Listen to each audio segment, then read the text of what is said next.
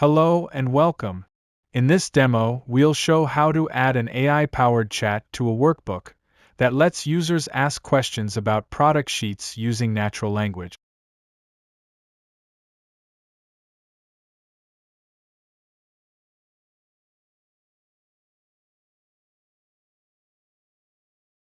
Let's reset and get started building. Starting from this dashboard, we want to enable users to click a product to go to the product details page, and then use chat to ask questions about the product specifications instead of having to read through entire document. In the InVision Designer, we'll add an AI chat object, along with two flows to our solution.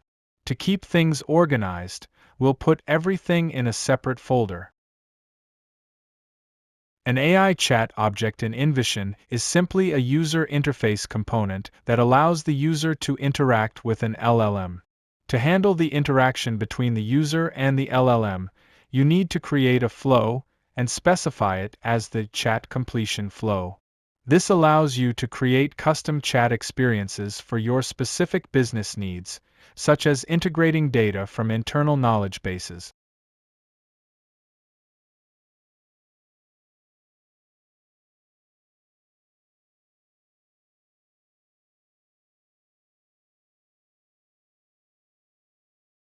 Since we're building this demo from scratch, we'll also add a flow for filling our knowledge base with information that we'll use in the chat. Many companies have documents stored in SharePoint/OneDrive, so we'll fill our knowledge base with documents from there. I've also added a metadata table that maps between the product types and the document names. We'll use it shortly when building our knowledge database. Let's start by building the flow that populates our knowledge database. We'll connect to OneDrive, fetch the PDF files one by one, extract the text, and store it so they can be semantically searched and used to answer questions via an AI model. The first thing I'll do is add a SQL Server action to iterate over the product types and files listed in the metadata table I just showed in InVision.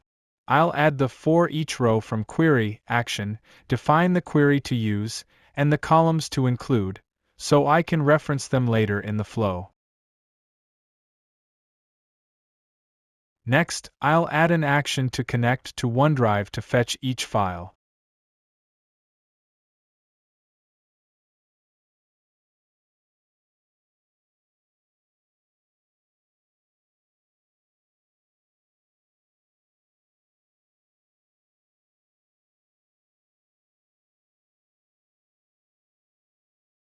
I'll select the OneDrive folder that contains the files, and then append the file name from the metadata table.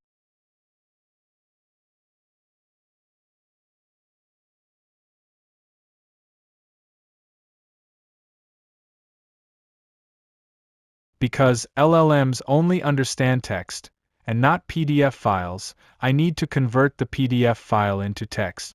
To do this, I can convert the PDF to Markdown, which is a text format that LLMs can understand. Simply choose the output from the OneDrive action as input to the convert action. The next thing I need to do is split the text into smaller, manageable chunks. This is useful in natural language processing tasks, because LLMs have input size limits, and by splitting the text, we can also give the LLM more concise and relevant information from our knowledge base, which in turn improves the quality of the response from the LLM. It's up to you to choose the text splitter type that suits your use case best. I'll just use the Markdown header text splitter in this demo, as it serves the purpose well. The next thing I need to do is generate embeddings for each chunk of text. An embedding is a numerical representation of the text that captures its meaning. This will allow us to compare the semantic similarity of different chunks of text and find the most relevant ones for our query. I'll add the Generate Embedding action, which uses an Azure AI Foundry text embedding model to generate embeddings for the input text. We'll use the text embedding 3 large model, so I'll name the connection accordingly. Then, I'll jump over to the Azure AI Foundry portal to grab the endpoint and API key for the connection settings.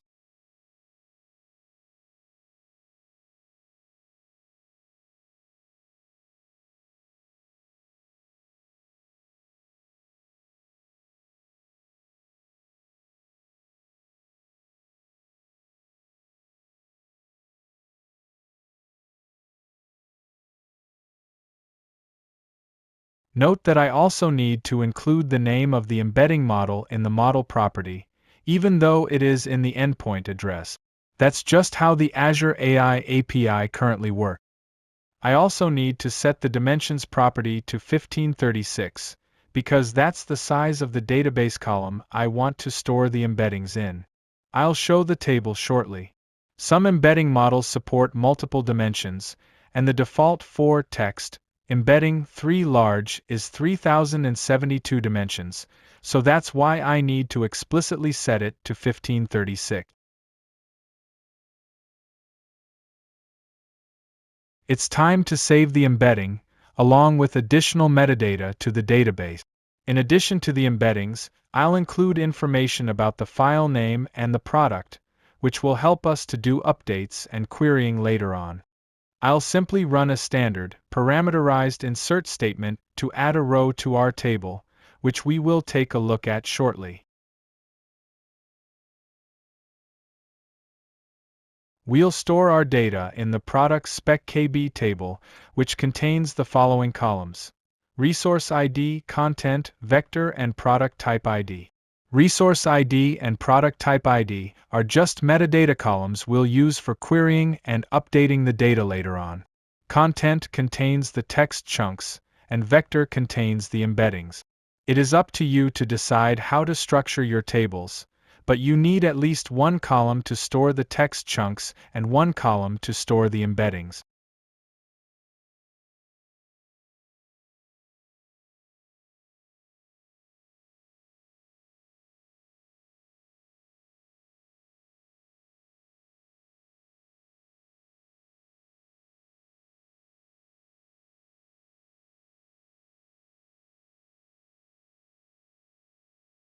At the time of this recording, vector support in Azure SQL and SQL Server is currently in preview, so we need to convert the vector to a string before we can insert it into the database.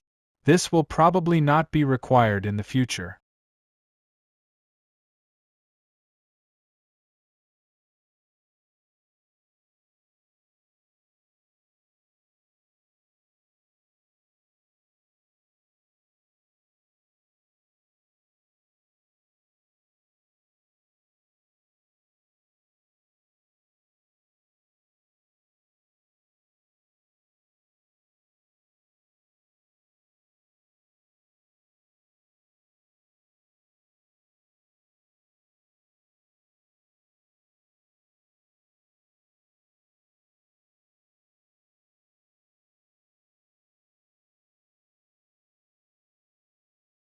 Now, let's run the flow and see if it works.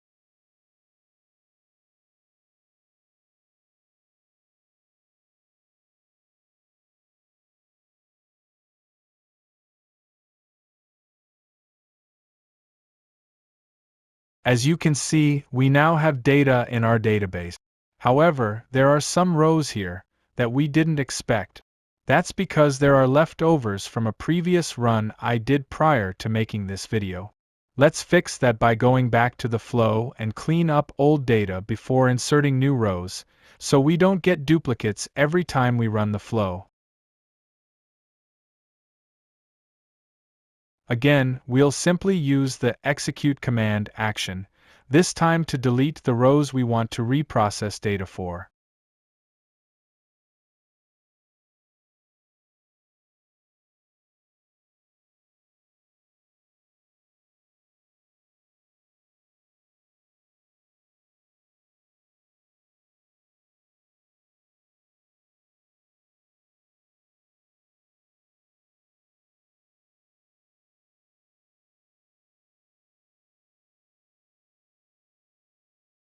We can now run the flow as many times as we want without getting duplicates.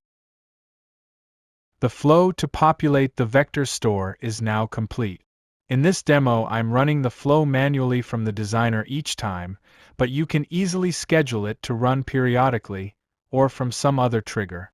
Next, we'll build the flow that serves as the chat client backend and handles the communication between the user and the chat model. This flow will manage the conversation state, process user inputs, and generate responses using the chat model. The first thing to add is the chat completion trigger, which provides the session ID, the prompt, which is the question asked by the user, and optionally a context that lets us scope the conversation to a specific topic, which in our case is a specific product. We'll then add the streaming chat completion and the yield return actions, which allows us to stream the response from an LLM back to the user in real time. This provides a good user experience, as the user can see the response being generated in real time, rather than waiting for the entire response to be generated before it is displayed.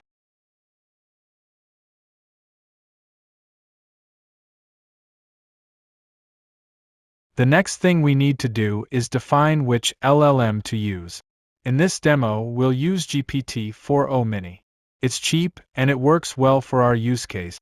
As before, we need to create a connection and get the connection details from the Azure AI Foundry portal.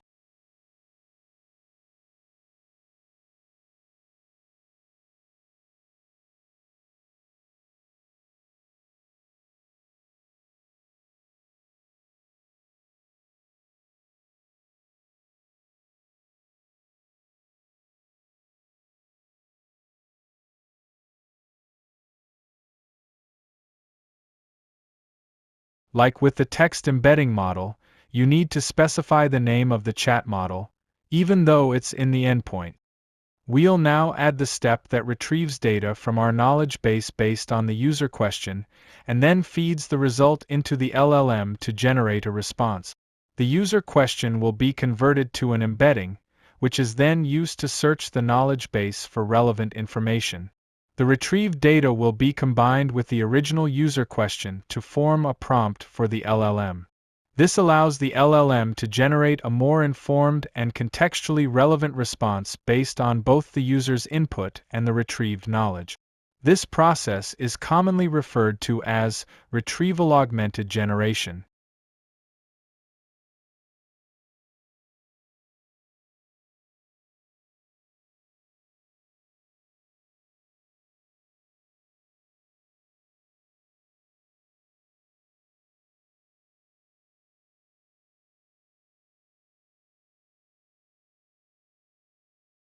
The search vector's action requires a text embedder, which is the tool used to convert the user question to the embedding vector that is used to search the vector database.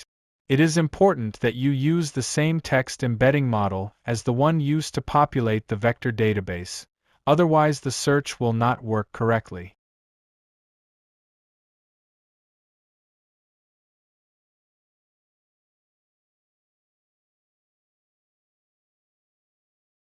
We'll now quickly add some test data for the trigger to simulate a user chat request, so we can test the flow without having to implement a real client first.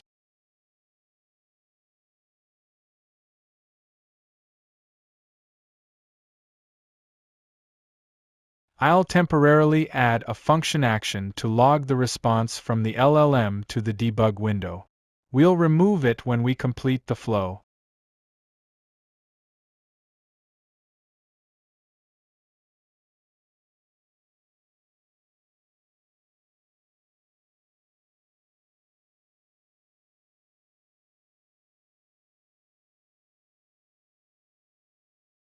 If we now run the flow, you'll see that we get a response back that the LLM does not know the answer to the question. That's because we didn't hook up the result from the vector search to the context property of the chat completion action. If we do that and rerun the flow, we now get a better response.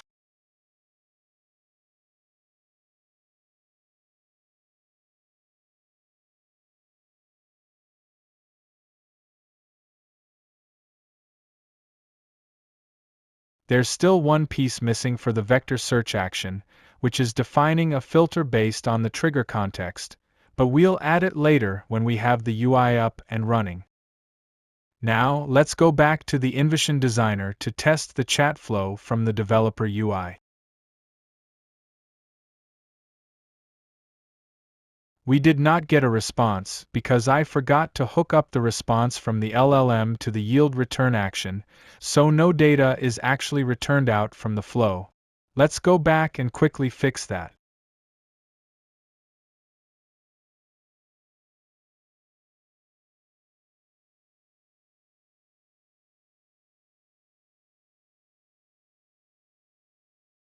Now we have something basic working, but we must improve it further.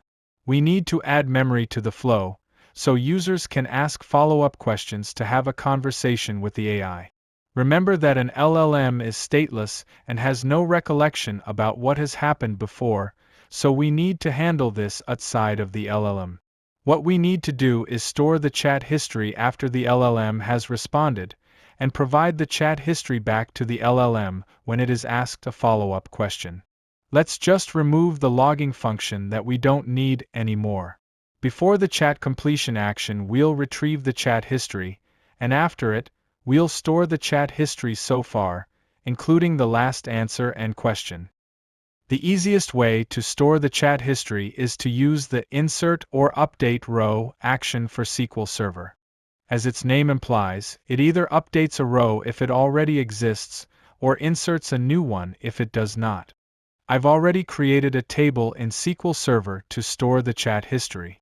It only has two columns, Session ID and Chat History. The Session ID is a unique identifier for each chat session, and Chat History is a text field that stores the conversation history. Let's quickly configure the insert or update row action by selecting the target table and defining the values for each column.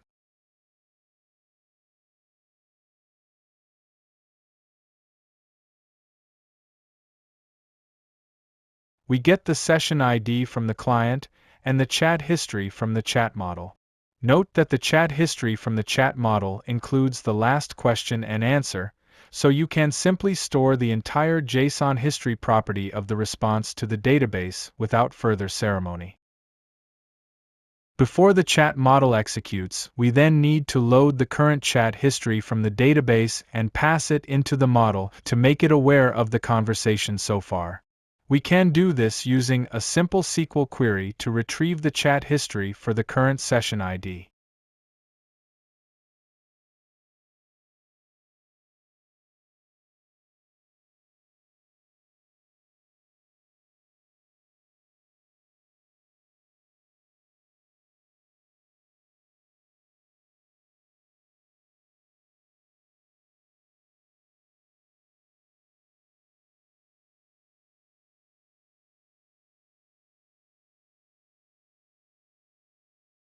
Now all we need to do is configure this as the input to the history property of the chat completion action, and we're almost done.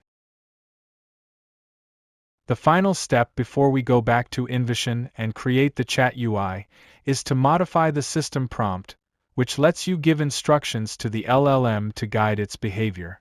This may or may not be necessary depending on your use case, but I'll show it anyway, just as an example.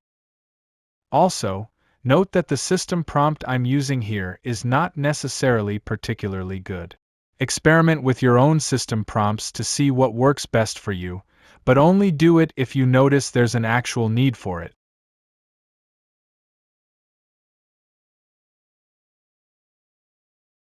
Let's quickly test it by asking a question that the LLM doesn't know the answer to, and that our knowledge base contains no information about.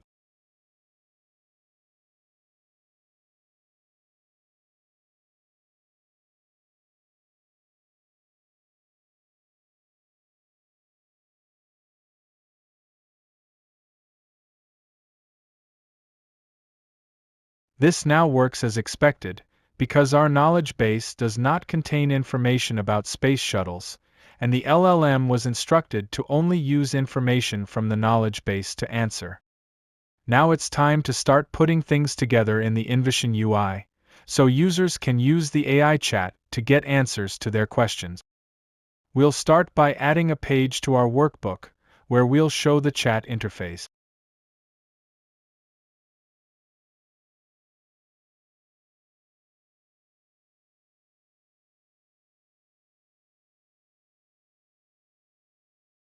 Let's configure the page to display in drawer mode so that the chat slides in from the right when it's activated. Next, we'll add a button to activate the chat, so it's displayed when the user wants to.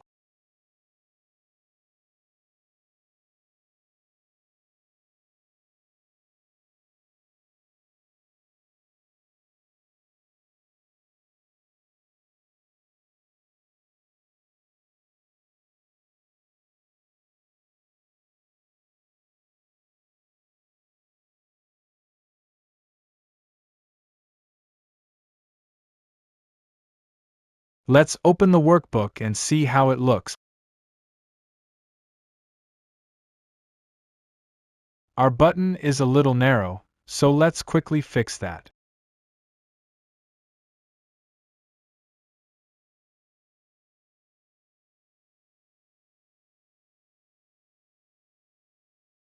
Let's pop out the chat window and start a conversation with the AI. A simple question works, so let's try to ask something about the document we're seeing. This seems to work too. However, that's just a coincidence because we did not specify the product we clicked on, so the context is not actually set. Let's first go back to the InVision Designer and set the context for the chat when the user clicks a row in the table.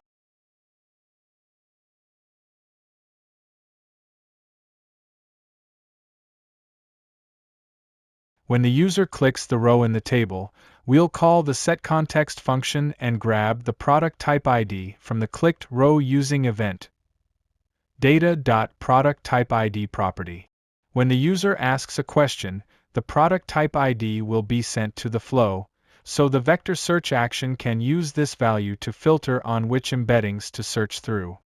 We'll also call the new session function to create a new session every time a product is clicked, to start a fresh conversation. If you're confused about where we get the product type ID from, we get it from the dataset as defined by the query of the table. Back in Flow, let's hook up the context parameter from the chat completion trigger to the vector search filter, so we limit our search to the product clicked by the user, instead of all products.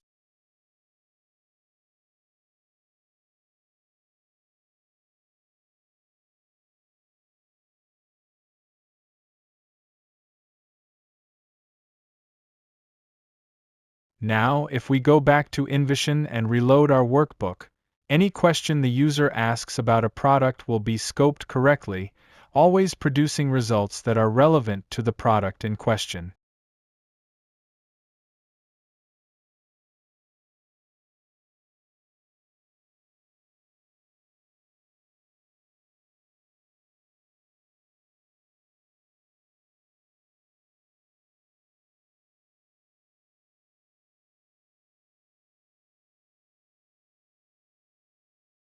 There's one last thing we should add to our project, and that is trimming the chat history so it does not grow too large. The chat history adds to the tokens used by the LLM to process the input, and as it grows, it will lead to increased costs and slower response times. To fix this, we can add a chat history reducer, which will trim the chat history before it is sent to the LLM. The chat history truncation reducer will automatically trim the chat history to the number of messages defined by target count by removing the oldest messages when it reaches the threshold count.